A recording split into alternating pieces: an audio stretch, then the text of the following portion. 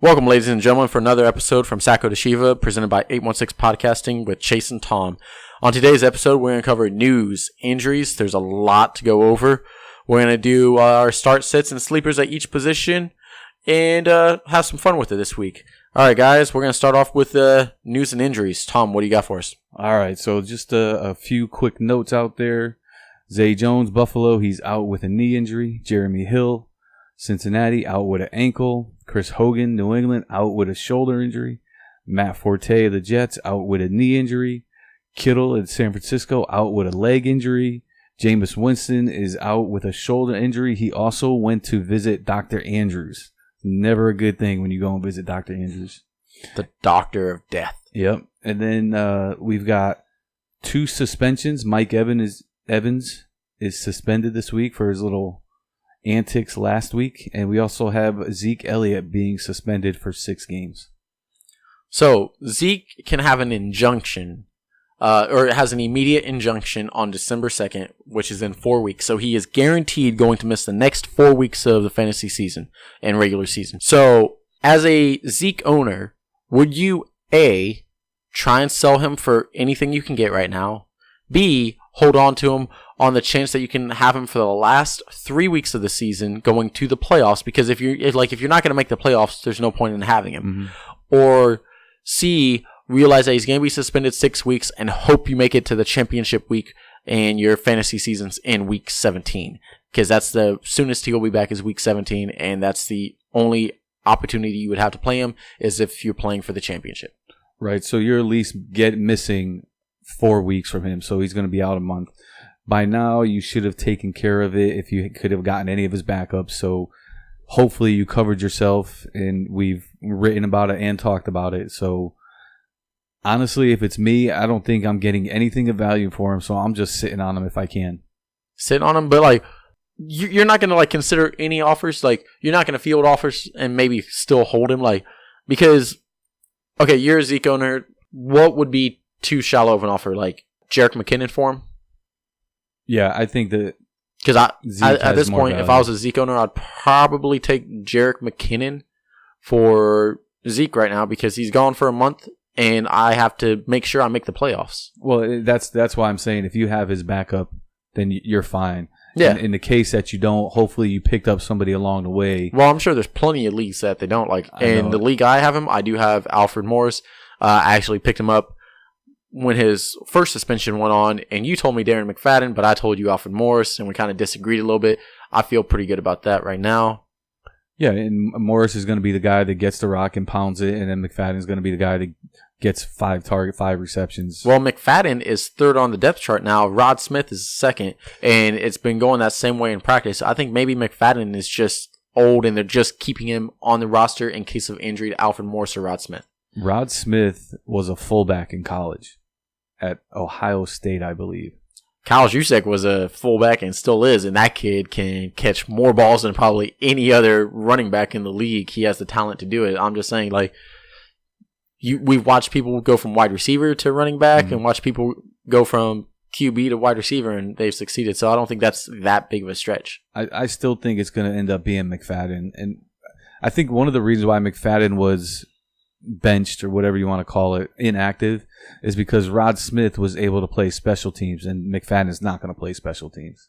But then why would they still have him, even as of now, with Zeke suspended for the next 4 weeks? Why would you still have McFadden third on the depth chart? Just because it hasn't changed anything. It's still going to be that way. Just Rod Smith is the special teams play. Okay. But, even over Alfred Morris is in practice getting first-team reps.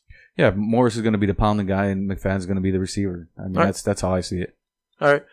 So, if you were the Zeke owner, you wouldn't take, and you didn't have him handcuffed, would you take McKinnon for him? If I didn't have a handcuff and I needed a running back, I mean, McKinnon would be a fine guy to pull off a trade. Because I think that's a fair option. I think maybe it's even a little bit rich right now. Duke Johnson? Would you take Duke Johnson? No, I wouldn't take Duke Johnson. I think my cutoff, though, Chris Thompson? I think that might be my cutoff. That one's borderline. I probably wouldn't pull the trigger on that one. Maybe if they tossed in a wide receiver too. or maybe a tight end, like somebody else to sweeten the deal. But I kind of think if you're going to trade away Zeke at this point, I'm not saying that that's what I'm going to do, but you're going to be looking at that PPR kind of back. You're not going to get full value, so you got to take that step down. Yeah, and look at the PPR. But that's why I was like looking at Jerick McKinnon. I think that's a fine offer. Like if you're an 8-1 team and you know you're going to make the playoffs, and you have Jerick McKinnon, or even a 7-2 team, and you know you're going to make the playoffs, I would consider trading Jerick McKinnon for Alfred Morris, or not Alfred Morris, but for Zeke. Yeah, it's a solid offer, and especially if you're the Zeke owner and you're like you don't have him handcuffed and you're like fighting. Maybe a 5-4 or 6-3, so you're on the cusp. Like you need to like ensure that you make it because these next couple weeks are going to determine a lot. Yeah, if you're fighting for a playoff spot, you got to make a deal. You can't sit there with Zeke and just hope he comes back because you're fighting now for the playoffs in a few weeks. All right. Well, let's get to our start, sits, and sleepers at each position. We have a handful to dish out. Mm-hmm. So, Tom, we're going to kick it off with QBs this week. Who is your start of the week? My start of the week, it goes along with what we just talked about, is Dak Prescott at Atlanta. In every start this year, except for one where it was pouring down rain, Atlanta Falcons have allowed a top 12 quarterback finish. Every single game. And we all know that Dak has been playing out of his mind since the beginning of the season. He's going to lose Zeke Elliott, which means they're going to try and pass the ball a little bit more. Even though Dez Bryant is a little bit banged up, I think he has enough weapons now where he could throw it to other people and still have a fine day. All right. I'm actually going to go with a clear-cut one. If you're not on this bandwagon by now, you probably should look at it. I'm going to go Jared Goff against the Houston Texans. The Houston Texans have allowed some of the most fantasy points to QBs over the season. Their secondary is terrible, and Jared Goff is on fire. Like, this guy is just lighting it up, and it's not just, he's not targeting just one receiver. He's spreading the ball out as much as any of the greats, and I love it, and I think he's going to do great things this week. He has the best coach in the league. I mean, the guy is just a mad genius, Sean McVay, and I'm starting Jared Goff in every league I have him. Mm-hmm. And I don't know if there's very many people I'd start over him right now. No, Goff is in a great spot. It's the highest scoring offense in the NFL right now, and they're going up a secondary that allows 260 yards per game and 16 passing touchdowns on the season. So I mean, they're going to be in trouble, I think, in this game, and Goff should have a good big week. I like it. All right, who is your sit of the week? My sit of the week is Phillip Rivers. They playing against Jacksonville. We all know how good that Jacksonville secondary is. They don't give up anything. They're only giving up 156 yards, passing yards a game, which is nothing. They've also only given up 4 passing touchdowns on the season. They've got 35 sacks also. So they're putting pressure, and they've got the secondary to cover. So here's an interesting twist to this. Yes, they have put up the most sacks in the league. However, the O-line of the Chargers is the best protection O-line in pass protection. And here's a couple interesting stats about this, and I'm like playing a little contrarian. I do agree with the pick of Phillip Rivers being set, but they are allowing the fewest QB pressures in the league. On top of that, they're allowing an average of 3 seconds of him in the pocket to throw, given, he's not produced very well. But in kind of a catch-22 with that, Phillip Rivers, while when he's in the pocket for longer than 3 seconds, has a passer rating of, I think it's 70.8. When he passes the ball under 2.7 seconds, has a passer rating of 98. That is a 20-point jump. Yeah. Like, I'm just saying, when he gets the ball out quick, which if you look at that offense, when he gets the ball out quick, who's he throwing the ball to? Keenan Allen, Melvin Gordon, Hunter Henry. Yeah, real quick, short passes. So when he's passing deep, most of those players he's targeting deep, Travis Benjamin, Tyrell Williams. You kind of see the pattern. So, but regardless, I was like, that O-line, I don't know if he's sacked. I don't think Jacksonville gets more than, I'll say 3 sacks this week. As a team, they do not get more than 3 sacks against Phillip Rivers. I was thinking 5, but that's right in the same area. Yeah. Well, I mean, considering the team has 2 games where they had 10 or more sacks. Yeah. So I don't think they get 10 sacks in this game, but I'm saying I don't think they get more than 3. I think they get 3, and that's probably about it. And that's a lot of pressure on a QB. Mm-hmm. But I don't think they have as many QB pressures as they normally do. I think that O-line is very underrated, obviously, because people don't realize how good that O-line is for them. I don't think their secondary is going to be, or their pass rush is going to be as dominant as their secondary. Sorry, that's the way I wanted to word it. Okay. All right, so my sit of the week is somebody that, I mean, we kind of talked a little bit before the podcast. This guy is a good garbage time and fantasy QB just because of what he can do. He's versatile. Mm-hmm. I'm talking about Tyrod Taylor, but he's going against New Orleans Saints, who is just making plays on defense. That defense looks like a Super Bowl team. Mm-hmm. Like they are doing great things. That team is on a 6-game win streak right now? 6 games. I was like, that's ridiculous. They started off the season 0-2, and now they're 6-2. Yep. Already passed their bye, and they're looking phenomenal. And that defense is keeping them in games and shutting down teams. Like, look what they did against Tampa Bay last week. I was like, the thing is years past, that game script didn't go that way against Tampa Bay. I was like, Marshawn Lattimore looks phenomenal. They have a young, hungry defense. I was like, I believe it's Jordan Cameron for them. Or is it Cameron Jordan? I don't know. I think it's Cameron Jordan, but I always get them confused. I was like, one's white, one's black, right? Well, no, one plays tight end, one plays defensive end. All right. Anyways, Cameron, I think it's Jordan Cameron. I'm going to look it up. All right. We're looking up. Anyways, I'm sitting Tyrod Taylor, and it's not because I don't think he's a good fantasy QB. I just think I can have better options, and my sleeper of the week I'll tell you that in a little bit, is why I would rather play this person who I could pick up off of the waiver than play Tyrod Taylor against that tough defense.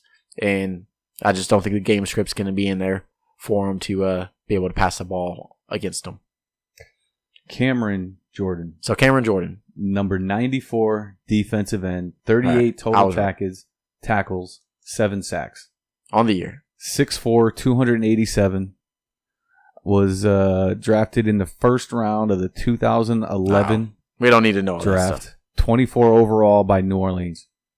So yeah, he's having a great year. Yeah, 7 sacks. That's good. That's great. Yeah. All right.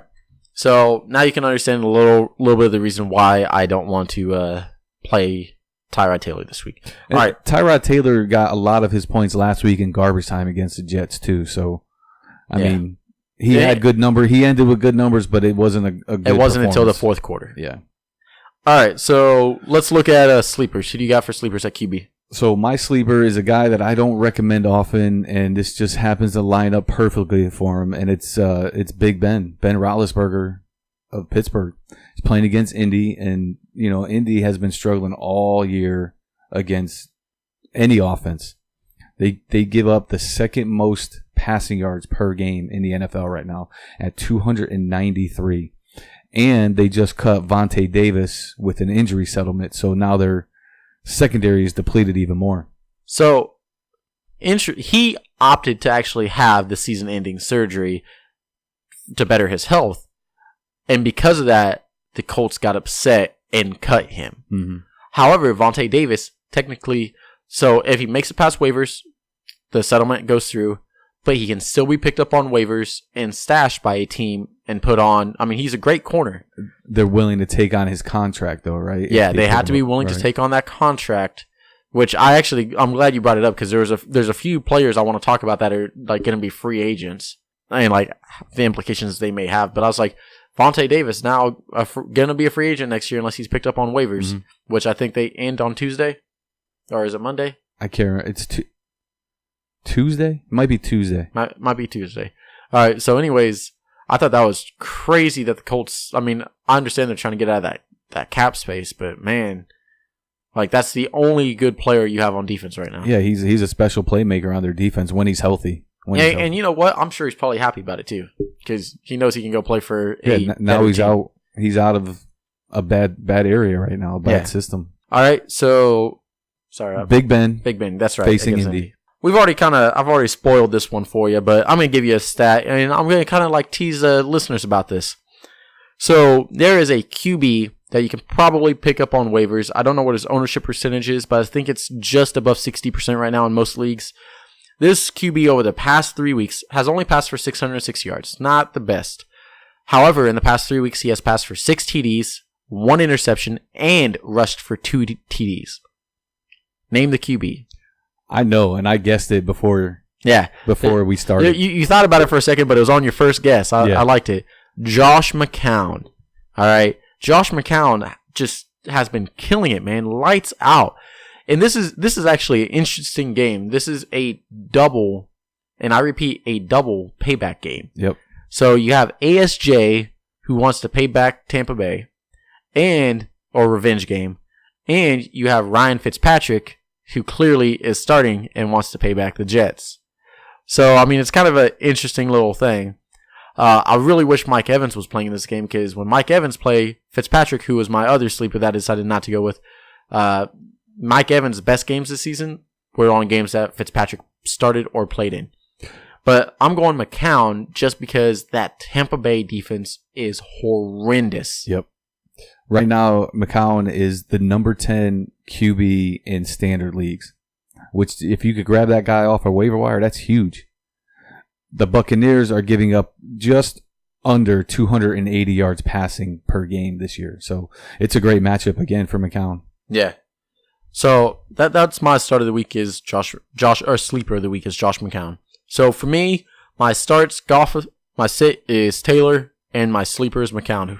Okay, my start is Dak Prescott. My sit is Phillip Rivers, and my sleeper is Big Ben. I like it. All right, so now we're going to move on to the running back position. Mm-hmm. I'm going to kick it off. Or no, I kicked it off last time. It doesn't matter. You go ahead. All right.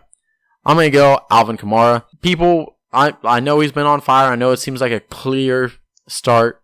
But the reason why I put him there is Buffalo has had a great rush defense the past few weeks. However, last week, the first week without Marcel Darius, they were actually bottom 5 against the running back. So going forward, I think it could be a big struggle for them on the trying to defend against the run. I like Alvin Kamara, and it's not just the run; it's just running backs in general. That's where they're now weakest. So I'm going Alvin Kamara. I'm feeling good about it. I love the fact that he's not only involved in the rushing game, but also the passing game. He's another one of those running backs that excels in both areas. So my start of the week is Jordan Howard, and this one hurts because they're playing my Green Bay Packers. Since Trubisky has been the quarterback, Howard has averaged 25 carries per game with him there. 25 carries or 25 touches? 25 carries. Woo! So he's getting the rock. He's also just over 100 yards per game on the ground at 102, which, I mean, that's fantastic for that. The Packers do not stop the run. They give up an average of 118 per game. So everything's looking up for Jordan Howard in this game. I like it. So my sit of the week is actually somebody that like I've struggled with because he has the talent, but he's just not passing the eye test. Like you could name just about anybody, and I guarantee you they could probably tackle this guy because all you have to do is breathe on him, and it's Amir Abdullah. I was like, my grandma in a wheelchair could tackle this kid. It's like, amazing because when he was at Wisconsin, he was breaking tackles, running long runs, catching balls. He at Nebraska. Yeah, I was like, at Nebraska. Yeah, Wisconsin. I was like, yeah. So here's my problem though. Like some of the plays I was like watching because like I stopped watching this game, man. It was tough to watch. So some of the plays I was watching, Amir Abdullah, his O-line was just kind of bad at run blocking. Like he would make it to the line. His O-line is still standing, but there's people running by them and tackling him at the line, and they're just standing there looking at him as he's getting tackled. Instead of a good O-line, when they're starting to get tackled, and you see this with some of the best rushing teams in the league, they get behind their running back and start pushing forward. Yeah, I know it's not a big difference, but an extra half yard or extra yard until forward progress is stopped. I was like, anything could happen. I was like, that's what you need is an O-line that is hungry to push that ball, and they're just not hungry. And I think Amir Abdullah is talented. I don't think Detroit's the right team for him. Yeah, and I don't think he's good enough to be a starter anywhere now. I think he could be a change of pace back somewhere else. Abdullah averages 3.42 yards a carry. So, I mean, he's right below league average, I believe. And I believe in college he was averaging like 6. Yeah, it was crazy. He was really good in college. I think it was like 6.5. It was dumb. All right, so that's my sit of the week. Who do you got? My sit of the week is another one that kind of hurts. It's Aaron Jones at Chicago. They just announced this week that he's going to be splitting carries with Ty Montgomery, and he's most likely not going to play on third downs, which means Ty Montgomery's taking over third down. What is wrong? Like, okay, I know this is a sore subject. We talked about it a little bit last night. I hope I didn't make you too mad, but what is wrong with that front office and coaching staff? I was like, Jesus Christ. I was like, Aaron Jones has been proving he can run the ball. Given I wouldn't start him against Chicago's defense because Chicago is really strong on the defensive side of the ball, doing great jobs. But Aaron Jones was producing on all 3 downs. Give him 20 carries a game, and he's going to break 100 yards. I was like, but I mean, again, I wouldn't start him against Chicago, but like, why would you start splitting carries with Ty Montgomery, who was ineffective in all facets of the game? Even like everybody thought he was going to be a great pass catching back, and he struggled at that this year. I was like, Aaron Jones proved that he can do it all, and they just won't. Well, I think this is part of Brett Hundley being in there. One of the problems is he doesn't really try and stretch the ball downfield too much because he can't. Right, and I think his average per pass is like 4.8, which is almost half. Because he sucks. Yeah, like I'm not trying to be like blunt and. I mean, he's a young backup quarterback. That's what he is. Yeah. And that just affects everybody on the offense. Wasn't he was it Notre Dame? UCLA. Okay, that's where he was at. So, man, I was like, but Jesus Christ, man, like that front office is terrible and that coaching staff is just as bad. I mean, you can only prepare for so many injuries until it really starts to affect your team. And, you know, they've quarterback, linemen, linebackers, defensive line. It just keeps going on and on and on for the Packers this year. Again, with that many injuries, I'm going to start looking at the medical staff, the coaching staff. I'm looking at all of it, the training staff. What are they doing wrong to not keep those players healthy? Yeah, I have no idea. It's a team. Like when a player gets injured, it's a team effort. Like I'm going to change topics a little bit. Richard Sherman last night tore his Achilles, or partially tore his Achilles. After having an Achilles injury in practice earlier that week, he, like, obviously you give the player, especially a player like him, the option to play, he's going to play. All right? He's a competitor. He's going to play. You're not going to hold him out of the game. Or, like, if you ask him, he's not going to hold himself out of the game. Right. That coaching staff, that training staff, and medical staff have a responsibility to protect the players. That right there was poor judgment by them to let him play that game. They knew, okay, there was in no universe right now would the Cardinals be beating the Seahawks last night. No matter what, even with Richard Sherman out. But instead, they decided to risk Richard Sherman. For what reason, I don't know. They could have held him out and still won that game. But now they lost one of the best corners in the game because their medical staff, training staff, and coaching staff can't agree to hold a player out that says he's okay when clearly he had a Achilles injury and was held out of practice earlier the week. I don't understand that. Like, I'm sure it was one of those things where they evaluated all through the week at every single practice, and they're like, I mean, he's injured, but he's not out injured. You know what I mean? He's able to play, he's able to run, he's able to make the cuts, he's able to do what he has to do to be a player on the field.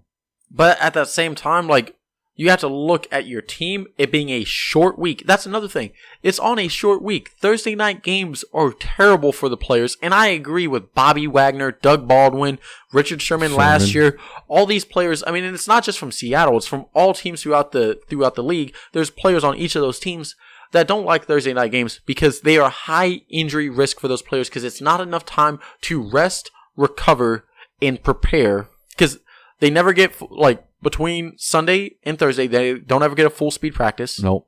They're running half speed, 3/4. Most of the time they're spent learning the new plays for this coming up week. It's a injury risk for them, and I'm upset about. Well, it's that thing that the last CBA agreement they agreed upon, so they have to do it until the next collective bargaining agreement comes about. And it does suck that all these injuries are happening on Thursday, and there were been a lot of bad games on Thursday. But until the new CBA, we have to live with it, and they have to live with it, and it sucks. It's every 3 years that it happens, so it's kind of one of the things. I kind of got off topic. Who were we talking about before I got to? We've got running back sleepers coming up. Okay. I forget who you were talking about before I jumped over. I'm sorry about that. It was Aaron Jones. Okay. Aaron Jones was my sit of the week, but I think I finished on him. So, sit of the week, who do you have? My sit was Aaron Jones. Sleeper of the week. My sleeper is Bilal Powell at Tampa Bay. He was one of my options. Earlier in the injuries news notes section, I mentioned that Matt Forte is out with a knee injury. He didn't practice all week, so that leaves the door wide open for Bilal Powell to, do what he's going to do against a weak defense in Tampa Bay. All right. I don't doubt it. If Bilal Powell was available, I would say go pick him up and stream him this week, especially if Amir Abdullah was one of your running backs, like how it is for me. Mm-hmm. Mine's actually a little bit different. We actually kind of talked about this one. We went a little bit back and forth because you were talking about James White, I believe. That's one of yours. But I'm going Devontae Booker on the other side of the ball. C.J. Anderson has been ineffective. He looks like he's going to play. He's been injured. But Devontae Booker just looks good. He's passing the eye test. He's finally healthy. I am hoping he does good. He's my sleeper. I'm not going to start him if I have better options. Players I would start over him, I mean, probably not a long list because, I mean, it's just... how about Orleans Darkwa? I would start Darkwa over Booker. James White? No, I would start Booker over... Elijah McGuire? I would start Powell over Booker, but I would not start McGuire over Booker. Okay. There's a few names for you right there. So... Booker was actually a name I mentioned on our last podcast that got deleted that nobody ever heard. Yeah. Hey, Anthony. We love you, buddy. Just real quick, before we move on to wide receivers, if everybody could go on to 816podcasting.com and check out some of the articles. We recently did a Week 10 waiver wire just to throw out there because we didn't get a podcast out there. And, you could drop and leave a comment and just, go on and look and check our site out. And there's links to our Stitcher, our YouTube, Facebook, Twitter. You can see our Twitter stream through the website. And one of the biggest things, we need people to go on Stitcher, follow, rate and review, subscribe, whatever you need to do, please, guys. Like if you're having troubles finding it, hey, we're posting the links on the Facebook page, on the website. We can DM me. I'll send you the links. It's all good. And believe me, if you do that, we'll give you shout outs too. Mm-hmm. There's things we want to do going forward, and this is just part of it. It takes a lot of time to get all this effort in and all that, because, I mean, I work 45, 50 hours a week, plus doing this, and this is the best part of my week. Yeah. It's a lot of fun putting time into this, and I would love to be able to do this 5 days a week, not as a full-time job or anything like that, not yet, but I would love to be able to, allocate enough time to make more podcasts for you all. It's enjoyable for me. I hope you all are enjoying it. And we have a lot of fun doing this, guys. So please just give us a shout out. Give us a little bit of your effort so we can give you more effort on our side. Yeah, it's a lot of fun doing this, and I love sharing, and the website's pretty cool. I like being able to post notes and stuff too. It's pretty cool. And I'll be honest, I not to dap on myself or anything like that, or sit there and toot my own horn, but I even message other podcast hosts from James Coe from NFLFantasy.com, from the NFL Network. This guy's on TV. He does this for a living. I actually messaged with him back and forth on things that ideas on how we can make the show better. I also messaged with the fantasy footballers in their podcasts. Andy Holloway and Mike Wright messaged me and all that, and they've been giving me advice on how we can better this podcast. And I don't think they're going out and listening to it, because obviously it's a little bit of competition. Yeah. And clearly, okay, well, it's not competition. But the thing is you got to understand, these people all started where we did. This is our goal, guys. We want to get to where we're doing what they're doing, and believe me, Like, I may be a Philly fan, but we will always be an 816 podcast. Yeah, I like doing it for the 816 podcast. Talking about 816 podcast. So tonight kicks off Kansas City Comic-Con. Yes. I don't know if I wanted to go. So I went to the Planet Comic-Con and it was amazing. But the question of the week right now is, we've got 2 big movies coming up. We've got Justice League and we got Star Wars within the next month or 2. Which one are you more excited to see?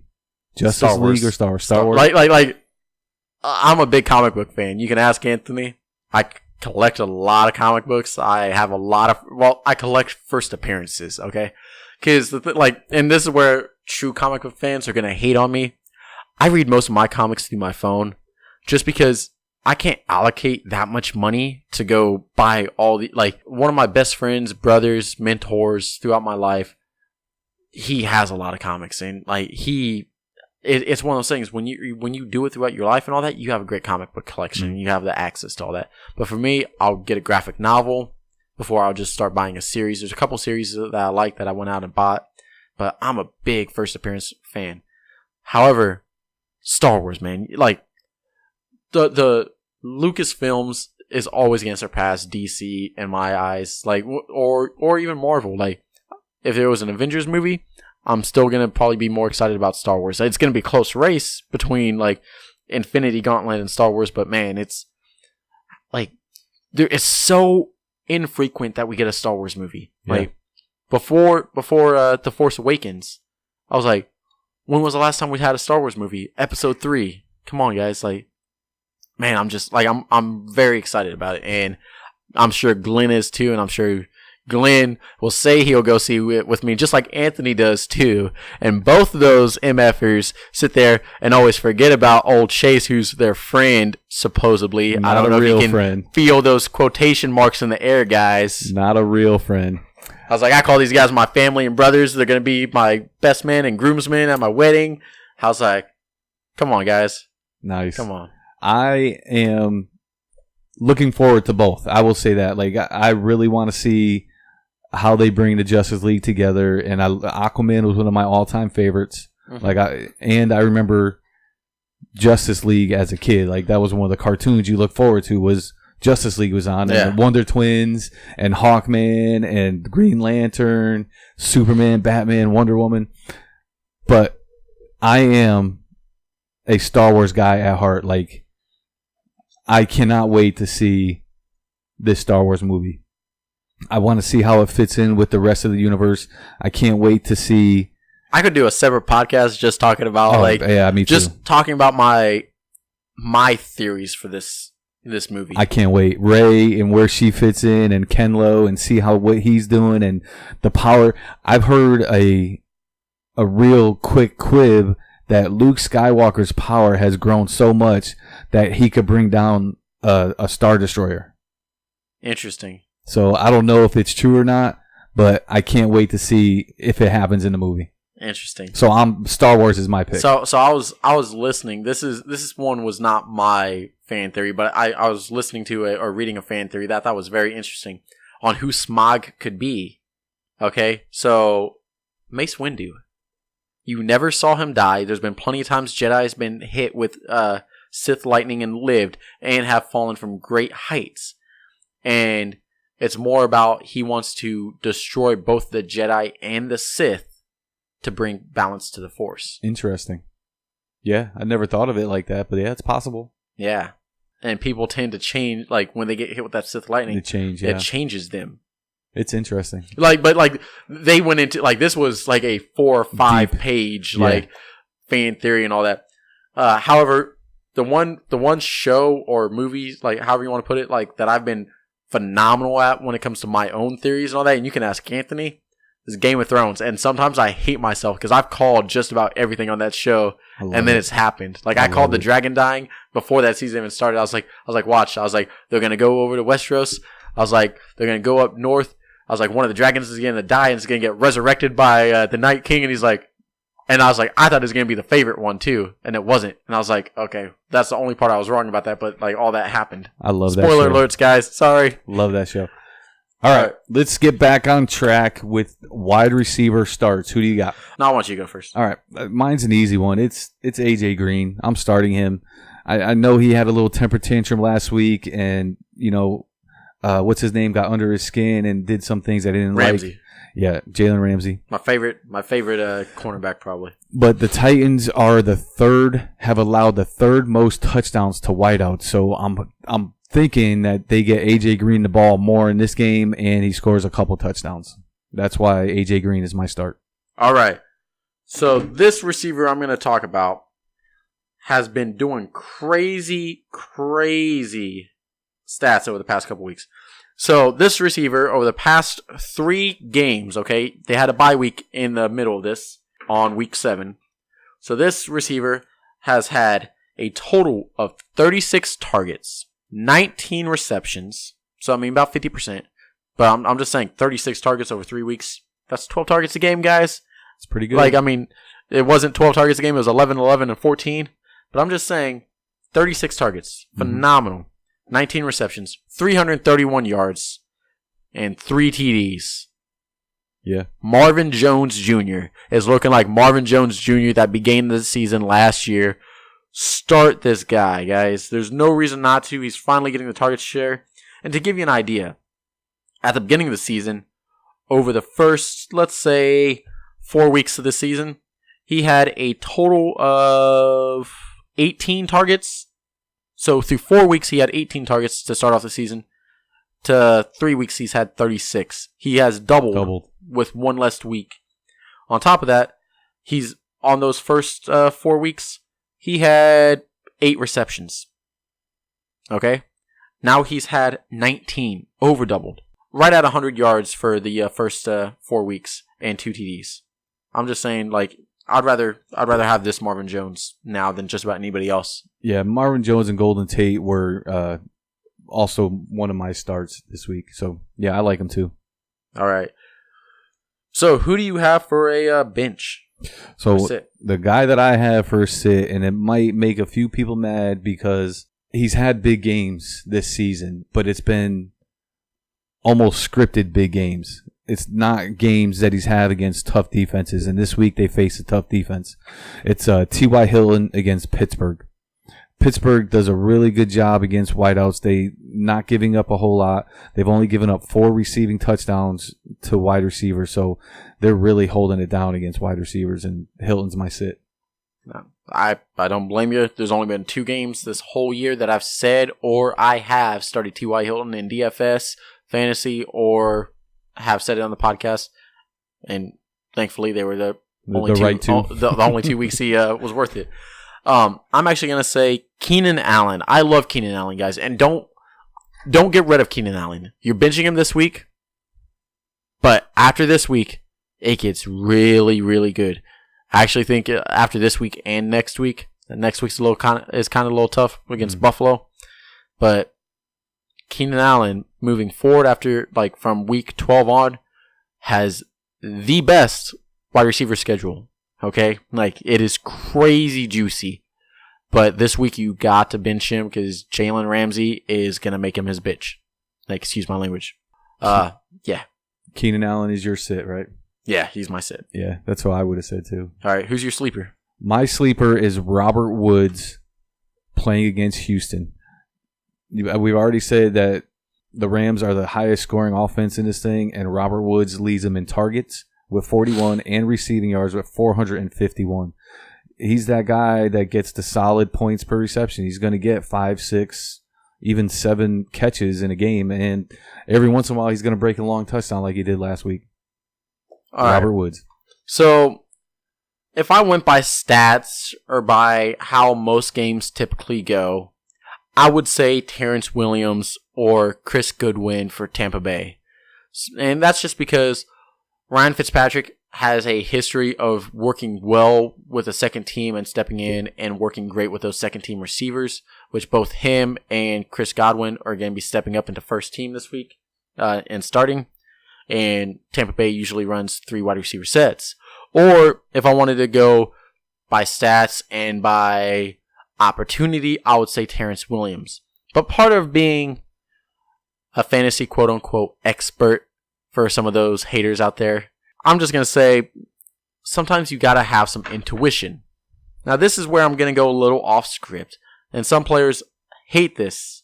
And I'm going to talk about a player whose coach actually mentioned how impressed he is with this player's maturity after speaking out via social media, demanding a trade, or reports of him demanding a trade. He came out and said he never asked for a trade and wants to stay there.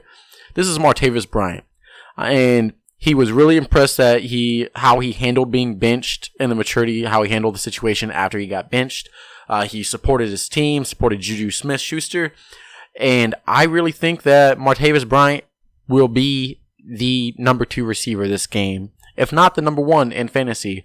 And I know that's a stretch, but I think, I'm going to say number 2. He's going to be the number 2 for Pittsburgh this week.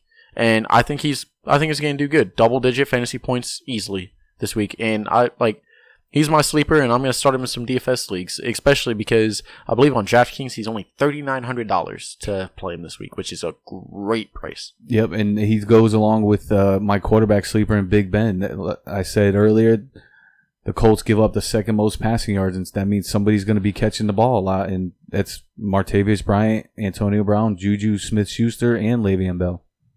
All right, guys. So now we're going to move it on to the tight end position.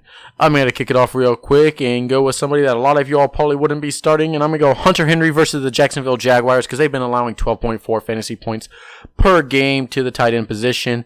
That may not seem like a lot, but for them, that's a lot of points. And for the tight end position, that is everything you want, is 12 fantasy points or more. It's a great start against Henry. And he's almost at 5 targets a game, which means he's really starting to move past Antonio Gates in the passing offense. And like I said, with that O-line, that's what's going to keep them alive. I think that's the only way they're going to be able to move the ball because I believe Jalen Ramsey is going to shut down Keenan Allen. So I see Hunter Henry being the only one that's going to be able to expose anything on that defense aside from Melvin Gordon. I like Hunter Henry this game. Okay, my tight end start is Evan Ingram against San Francisco. I'm starting just about everybody I can against San Francisco. They're, that Owen forever San Francisco. They don't put a lot of pressure against the quarterback, and I think that's going to leave Ingram and Shepard open to get a lot of these balls that Eli Manning throws. I like it. Evan Ingram. So the player I'm sitting is a lot of teams drafted to be their starter. Jordan Reed. Mm-hmm. He just too injury prone right now, guys. He's always injury prone, but man, I can't commit to it right now. I'm gonna bench Jordan Reed this week. He did get in a limited practice today, but he is a scary guy to start, and I could defend sitting him. My sit of the week is coming back from an injury. He also had limited practice today, and the team that he's playing against is decent against covering tight ends. They've given up 36 yards per game and only 4 touchdowns through the season, and that's Charles Clay. And I know that we have different opinions on this one, so I'm sitting Charles Clay for those reasons, and what do you got for him? So I have him as my sleeper, and he's always limited in practice, actually, if you pay attention, because he actually always gets a day off of practice every week due to his knee injury. Mm-hmm. That's always been there, but he still plays. Now that he's finally cleared to play, I believe he's going to play. And a lot of people are going to be like, oh, he's injury, he's just coming back. However, Kelvin Benjamin's going to be on the field finally. And I think a lot of the defense focus is going to be on Kelvin Benjamin, on what he's going to do. So I think that's going to take some pressure off of the other big man that's going to be on the field with Charles Clay. I think you see the same Charles Clay out there on the field that was there before he got hurt. I like Charles Clay this week. If he's available on waivers, I would go pick him up. Yeah, I would take him for the long run, but I think in this game, you could wait one more week and still be fine. No, I'd still start him this week. That's fine. So my sleeper of the week is a sleeper because of an injury that happened that we mentioned. Kittle with San Francisco out with a leg. That opens the door for Garrett Selleck, the younger brother of Brent Selleck, Philadelphia Eagles. Thank you. You're going to start every tight end you can against the Giants. Did you say Grant Selleck or Garrett Selleck? Garrett. Okay, just making sure. Garrett Selleck. I wrote it down. All right. You're going to start every tight end you can against the Giants. They've given up, I think, almost a touchdown a week to tight ends. No, so. they have. It's actually a NFL record. They have the longest streak for giving for tight ends receiving tight ends and receiving touchdowns against the New York Giants. It is a NFL record right now, and I think it's something like 17 weeks. It's crazy. They just and that's going back, obviously going back to the last season. Yeah. But I believe it's 17 weeks in a row that they have given up a receiving touchdown to tight ends. And NFL that's why, record. That's why and that's I'm not starting, a good record to hold. No, and that's why I'm starting Garrett Selleck, that you could probably get off the waiver wire, and you're going to get clearly maybe 10 points, 12 points out of a tight end that you pick up off there. All right, you want to do a water bet? I've heard about this water bet, and I don't know if I want to do any. You want to do a water bet? Garrett Selleck versus Charles Clay this week? Man, that's a tempting one. Loser gets water poured on him, and we'll post it on Facebook. That's going to be interesting. Let me think about it to the end of the podcast. Like a pitcher of water. And keep in mind, guys, like if you're outside of Missouri listening to this, it's cold, okay, guys? Cold. Like this morning, when I got up to go to work, I wore like 3 layers because it was like 22 degrees when I left for work in the morning. And then in the middle of the day, it was like 37 degrees. Yeah, I know people live up in Wisconsin. It's a lot colder up there. But I'm just saying, guys. I have some friends in Arizona that listen. I was like, guys, it's cold, okay?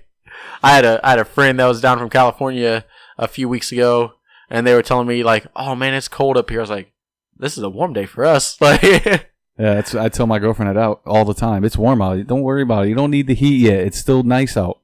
Yeah. But she doesn't listen to me. She turns the fireplace on, turns the heat up. Oh no, it's cold enough to have the heat on right now. I'll say that much. So we're in the 816 area code, and I have some interesting stats on Kareem Hunt. Everybody here knows who Kareem Hunt is. He's the running back for the Kansas City Chiefs. He's number 2 in running back in PPR scoring, despite not scoring a touchdown since week 3.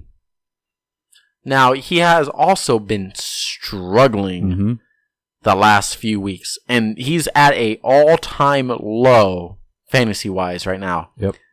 Do you make a move for Kareem Hunt? And if you do, what is your offer? I'm actually trying to get him, and nobody's budging on him here. I've again, you're in an 816 area. I've offered Mike Evans and also in a separate deal, AJ Green, and they both got turned down. I think I'd probably do if I was the Kareem Hunt. I'd probably turn those down, but I feel like that's the right offer. It has to be because, I mean, he's been so good for so long. Here's another interesting thing on him. 3 of his 4 100-yard rushing games came on the road. Here, I have a question for you. What if you offered Alvin Kamara for Kareem Hunt? Would you do it?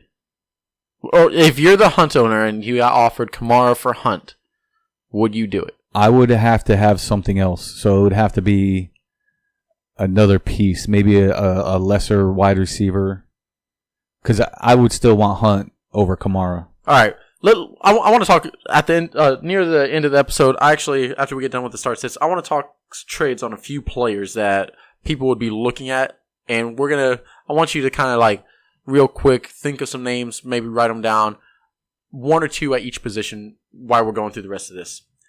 All right. Oh no, that was it. Yeah, we're done. All right, so let's go right this. So we talked about Hunt already. Yep. We talked about Zeke. Mm-hmm. What about Ajayi, who has one of the easiest running back schedules? Yeah, I like Ajayi. I think even though there's four guys and he's on there. a bye. Yeah. Now. So what if you're the Ajayi owner or you're the person trading for him? What would you accept and what would you offer?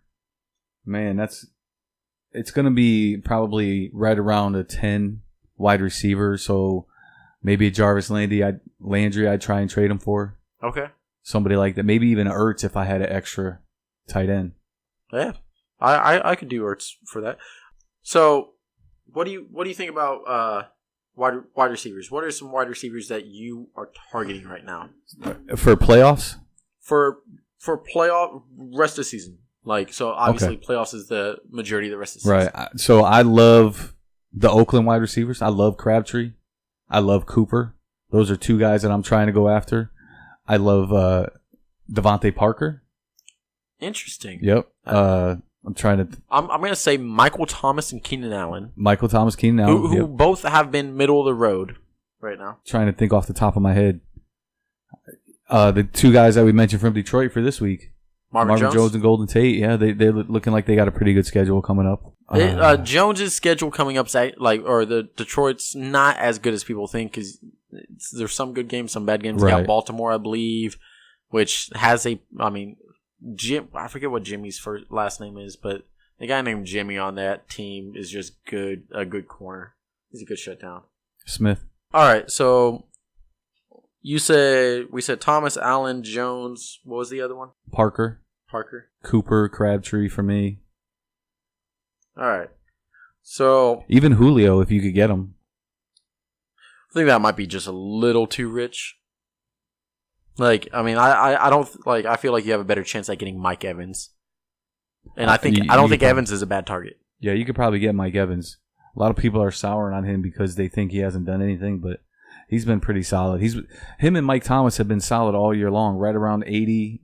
Yeah, and a touchdown every other game, which is solid.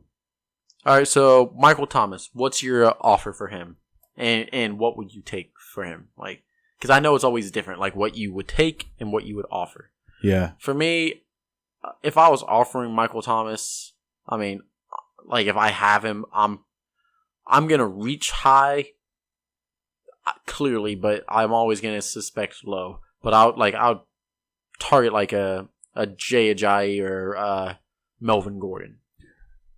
I think you can get Ajayi for Thomas, but I don't know if Melvin Gordon owners would give him yet. But I don't know if I would want to give Thomas for Ajayi though. That's my thing. That's kind of just because the schedule for Thomas is cake. It's what you look for in the playoffs. And I know Ajayi's is cake too, but again, you still have that LeGarrette Blount there. That's kind of interesting. Mm-hmm. All right, so let's jump down to Devontae Parker. Yeah, that's a different tier player. Who are you looking for Devontae Parker? Would you take a Robbie Anderson? Yeah, that would be a fair trade. I think that if you offer Robbie Anderson for Devontae Parker, you would get that deal done. Okay. All right, let's say, who would you rather have, Marvin Jones or Devontae Parker? Oh, man. I'm going to give you this. It's keep, trade, cut. Marvin Jones, Devontae Parker, or Amari Cooper. Which one do you keep? Which one do you trade? Which one do you cut? Oh, wow, that's tough. I would say I would probably have to cut Cooper just because of the drops. Okay. And then I'm going to keep... Man. I can do mine real quick for you on that. I love Parker. His talent to me is amazing, and the one-handed catch he did last week was amazing. Oh my God, it was beautiful. And I'm a Parker fan. I'm a Parker fan. I talked about him from the week one before the draft. I talked about him. So you're dropping Cooper. Yep, man. Parker, and who was the other dude? Marvin Jones. I'll tell you what. I'm dropping Cooper. Yep. I'm keeping Parker because I'm not going to get what I want for in trade. And I feel like I can get more out of Marvin Jones in trade than I can Devontae Parker. And I feel like they're very comparable going forward, so I'm trading Marvin Jones. Marvin Jones is one of those players that fantasy owners don't appreciate what he does.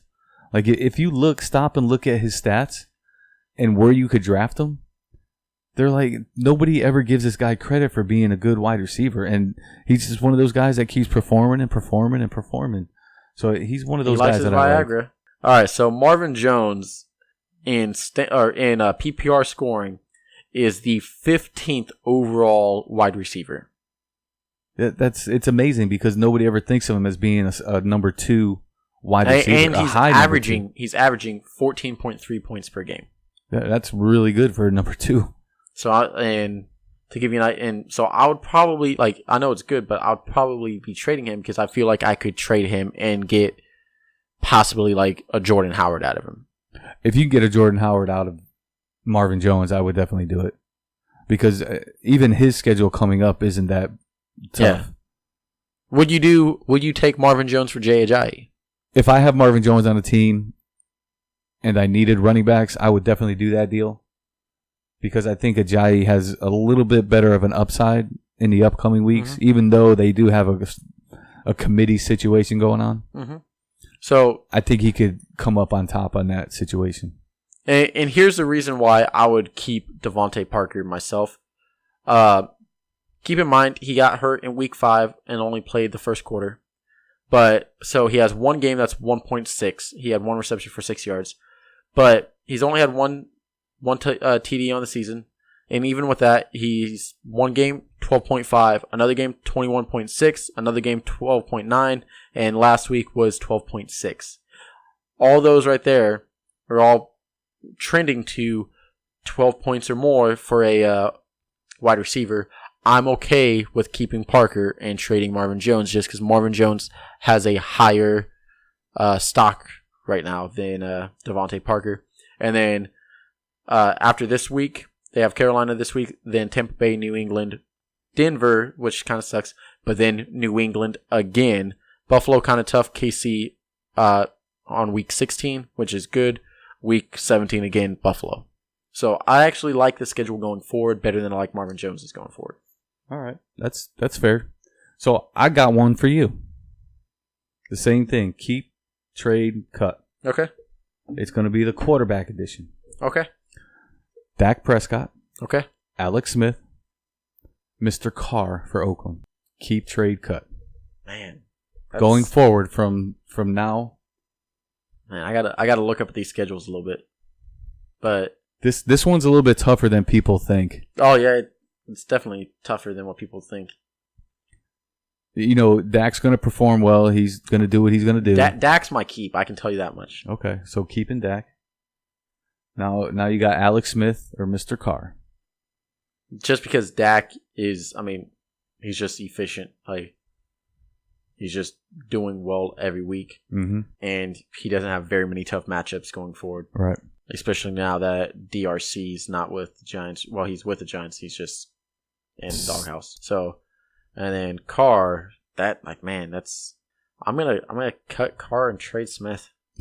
So I'm going the other way. I'm definitely keeping Dak, but I'm going to keep Carr and trade away Smith. And it's just because Carr still has some tough games, and Carr has not. The last 3 weeks have been his best weeks. But even at that, well, actually, no, not even that.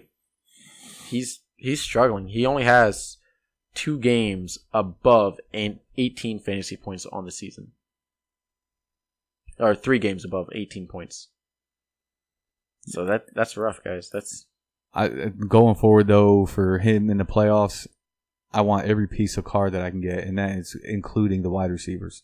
But you're trading Carr?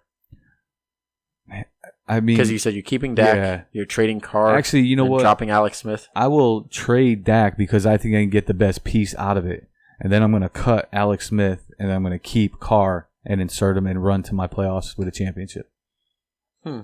Dak's just, I think, too crucial of a piece to get rid of. Because I don't feel like you're going to get the piece you want for him. The name value is there. Everything's there for him. But without Zeke, that's actually a tough one too. I wasn't even thinking about that. But I would still keep Dak, and I'm still cutting Carr, and I'm trading Smith. Like I said, I'm going to trade Dak because I think he has the most name value out there, and I can get the biggest piece back. I'm going to cut Alex Smith because I think that the gimmick plays and all those mirror offensive plays that scored touchdowns early in the season, they're not getting away with those anymore. And I'm going to keep Carr because I think his matchups in the playoffs are just that good. So I just found out Devontae Parker's available in one of my leagues. Grab him. Who do I drop? Do I drop Robbie Anderson? Because I don't think I can. I have Devontae Freeman, so I really can't drop Tevin Coleman. Do I drop Isaiah Crowell or Devontae Booker? And keep in mind, I'm struggling at running back. Ooh, those guys are bench guys, right? I assume Isaiah Crowell and Devontae Booker. Yeah, unless they break out this week, yeah, they're bench guys. And my starting wide receivers are stacked. I have Antonio Brown, Michael Thomas, Robbie Anderson, and Keenan Allen. And man, here's the crazy thing. I would actually pick up Parker for Crowell, but the reasoning is a little different than what you would think. To me, I think Parker will make more of a difference in somebody else's playoff run than Crowell would in your playoff run.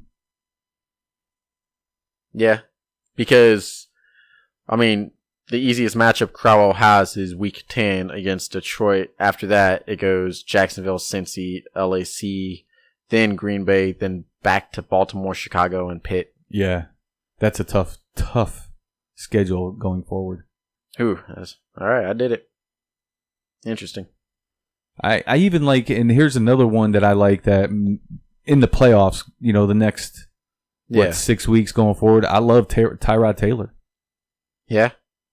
Yeah, his schedule lightens up pretty good for him. You know what you're going to get. You're going to get 50 rushing yards out of him. You're going to get probably 2 touchdowns. He's got a new weapon in Kelvin Benjamin. He's got another new weapon in Clay that he hasn't seen in 5 weeks.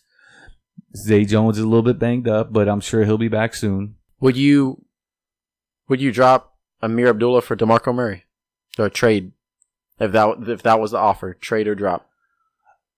Man, that's another really, really close. Who would you rather have, DeMarco Murray or? I would probably rather have DeMarco Murray just because I know that if he's healthy, he's going to get more touches and be more involved in that offense. Okay. That's just because I forget what the stat was, but I think it's back to 2010 that the last 100-yard running back for Detroit was back in 2010. And I think it was Reggie Bush. That's crazy. Yeah, that's the last time they had a running back rush for 100 yards in a game. Yeah, and DeMarco Murray could bust off a 75-yarder in any second. And he catches balls. Yep. I mean, in Tennessee, though, you also have Derrick Henry, but, they've been splitting the entire workload pretty much, 8, 10, 12 carries each and 2, 3 catches each. That's about what they do right now. But I think Murray going forward is going to be a little bit healthier. And when he gets healthy, he gets that playmaking ability. We could wrap it up if you want to. No, I was just seeing what our time was at this. But I think that's actually probably about it. Unless you have any other players that you would like to bring up on trade or a keep trade cut. I'm sure I can come up with a wide receiver one real quick. That you want to trade for? Okay, if you're the Mike Evans owner, and you are. I am. Yeah, I do. What's the offer you would take for Mike Evans right now? So the team, and keep in mind, I mean lowest offer, and this. I mean, I know I'm not trying to get anybody to I know what Tom has and I know what he'll take for him. I'm not worried about that. So I have Mike Evans, and my wide receivers in this league is stacked. It's a 12-team standard, no bonuses, nothing. So my wide receivers are Evans, Green, Mike Thomas, Doug Baldwin, Adam Thielen. So I could lose one of those guys and not hurt too much. Mm-hmm. So what I'm doing is I'm trying to look for running backs that I could get. And I've offered Evans for just about any running back in the top 12. Would you take Jerick McKinnon for Mike Evans? No. I need a little bit more than that. I was I believe he's top 12 right now. He's right on the edge. Started. Yeah, he's right on the edge. I actually think he's top 10 since he started. I've offered Ingram. Mark Ingram. If I was an Ingram owner, I don't know. It depends on where I'm at running back. If he's my RB2, I'll do it.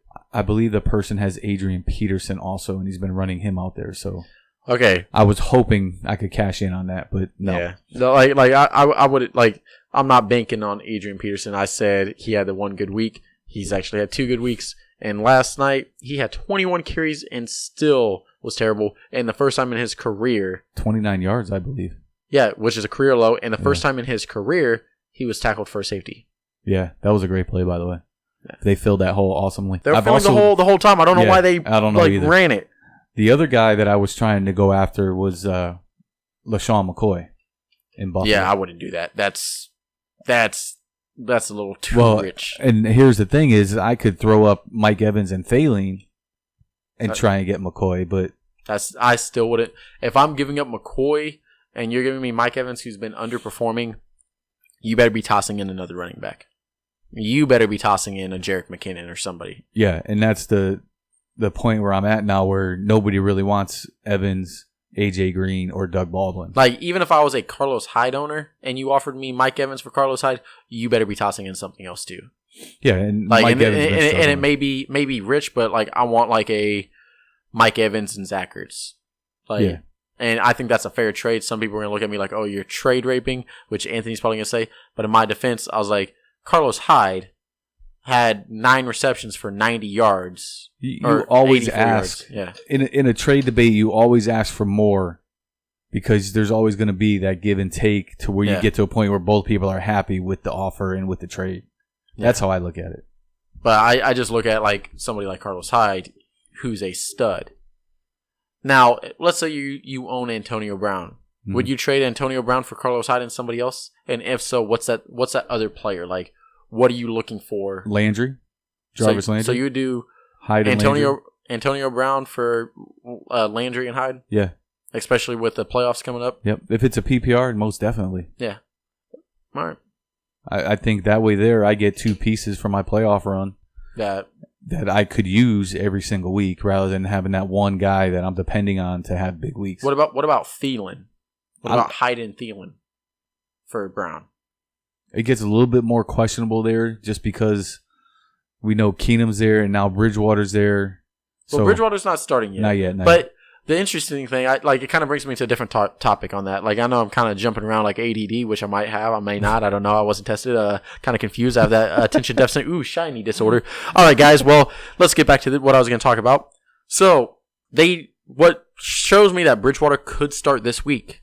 He's not going to start. Yeah, he's not starting. But the confidence that Minnesota has is they're only rostering 2 QBs. Yeah. Only 2. So that means if Keenum gets hurt for any reason, God forbid, Bridgewater's the starter. Yep. Right then and there. Yep. There's no questions about it. He's on the field. So that shows you where they think Bridgewater's at. Which, would you store Bridgewater right now? Would you pick him up and stash him? The next couple weeks, they have a tough schedule. So it may not be a stash just yet. Maybe after those 2 weeks where their schedule lightens up a little bit, I would probably start looking at them. Especially for anybody who lost Aaron Rodgers or Deshaun Watson and they're looking on the waiver wire going, I don't know any of these guys. These guys aren't that good. I mean, Bridgewater has been a starting NFL quarterback and he's done decently when he's been the starter. They also have a lot more weapons now than they did when he was the starter. You know what killed me? Last year, we always draft a week before the NFL season. And he was a late round pick for me, but I drafted him I drafted him as my I drafted him second on QBs for me. But he was going to be my starter. I drafted Teddy Bridgewater in one league and I was happy about it. I drafted him the 13th round.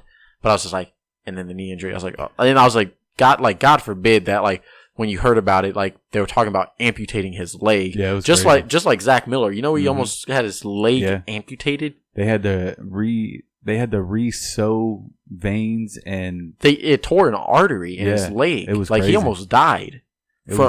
And I didn't even see the hit. I went to go watch the hit on YouTube, and they always show that the still screenshot, and the way his leg was bent. I was nope, I can't do it. I can't watch that. That's one injury. I'm not even. It was that was worse than the Anderson Silva shin break against. I was watching that fight. Me and Anthony were both watching that fight together. No, I think he was on the phone. We were on the phone with each other because I think he was still in Oklahoma at the time. I can't remember, but it was just one of those things. Ooh! I heard it. I remember hearing it. That crack, the snap. And what kills me is when Anderson Silva boke it, he went to go when he positioned his leg because he didn't know who it was broke at first. He went to go step back, and when after he was resetting after the kick, and he just put weight on that leg, and you just see it. Ooh, I was tumble. Yeah, nope. It was ugly. That was an ugly one. All right. Yeah, there's my ADD thing again. It's clickling. You need to take some medication or something. Man. No more caffeine. I don't Slow drink caffeine. It down. I've been drinking water. I'm trying to... There was one other thing I wanted to say about that whole situation. Let's see. Bridgewater or before that? I don't know. Yeah, I lost my train of thought. I'm sorry, guys.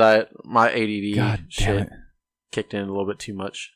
I don't know. I don't remember. This is why some people tell me I should smoke weed, but I don't got Slow time for that roll. shit. That shit's expensive, guys. Come on. All right, I don't remember what it was. I'm high on life. Maybe the next podcast we do, I'll remember what it is. Maybe the next podcast I'll take a shot of tequila beforehand and I'll be calm. Oh my God, don't do that. Okay, here. My question for you. What's your choice of alcohol? I have no idea. You don't drink. You've never drank. So when I was little, my grandparents used to let the kids be bartenders at their Christmas parties. That sounds like a bad idea. Well, that sounds like a terrible idea. Like DFS walks in on that shit. Come on, man. And well, it was a big family outing, and 100 people showed up throughout the day. So it was just the family, Yeah. Nobody cared. So I would taste stuff every now and then, but I've tasted a beer, I've tasted wine, I've tasted champagne. I've never actually been drunk, and I don't drink. I just tasted it. My goal is to get you drunk now. Just one time. I'm not even a big drinker. No. Like, I've drank 4 times in 3 months, I think. And, like, I know some people are like, oh, that's a lot. You know what? Like, I know people that drink every fucking night, okay? Yeah, excuse my language. Like, I know people that go home and, like, they're down in, like, not even beer. They're down in, like, liquor, like, hard liquor. And I'm just like, whoo. And that's a nightly thing for them. It's just not my thing. Like, I never felt the need to go out there and grab a beer or the need to go out there and drink a whiskey or whatever it was. It's just not me. All right. I'm comfortable with that, though, so that's just who I am. Well, ladies and gentlemen, thank you for joining us here at another installment of From Sacko to Shiva with Chase and Tom, presented by 816 Podcasting. We invite you to listen to us on our Mark Out Wrestling podcast, also presented by 816 Podcasting with Anthony and Glenn, who are killing it over there. Rich is joining them every now and then, too. I mean, phenomenal team of guys, just doing great things. I love it. I'm not even a wrestling fan, and I enjoy listening to it. I come in early sometimes, and I sit and listen to them record it. It's a great, great show. Also, make sure you're following us on Stitcher, YouTube, SoundCloud, Facebook, whatever platform you prefer the most. Follow us on there. Subscribe, rate, review. If you rate and review us on Stitcher, all we need is 5 a week. I don't even think it's 5 a week. I think it's just 5, and we automatically get entered in for the Best Podcast Awards. And it's just something that, again, we're not going to win it yet. Okay? Yet. We have ambitions, guys. Come on, help us out. Make sure you go to 816podcasting.com. We're posting blogs and articles on there that we can't get on the podcast. And the great thing about that is we can put so much more information, stats, statistics on there that you can go on there and just help us out with. And look at him like, oh, guys, this was great. Maybe you missed out on this, or ask us questions. Be like, okay, why do you have this person rated here? Why not this person? These are all great things. You can comment. You can follow us on Twitter.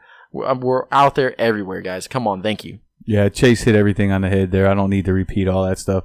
But 816podcasting.com, that's a great place so you could check out all of the stuff that we have going on. Leave comments. Check out the articles. We also put up all the episodes of Mark Out Wrestling and Sacko to Shiva up there on Stitcher, so it's a little bit easier for you guys to listen to. Like, share, add, Facebook, Twitter, all that good stuff. We're on there. Give us a hand. Help us out. Help us get more than just a foot in the door and get us to, being something that you guys listen to on a weekly basis all the time, and check us out. That's all I got. Just want to say thank you. Keep listening. We enjoy all the feedback, and we'll talk to you soon. Thanks. Thank you, guys.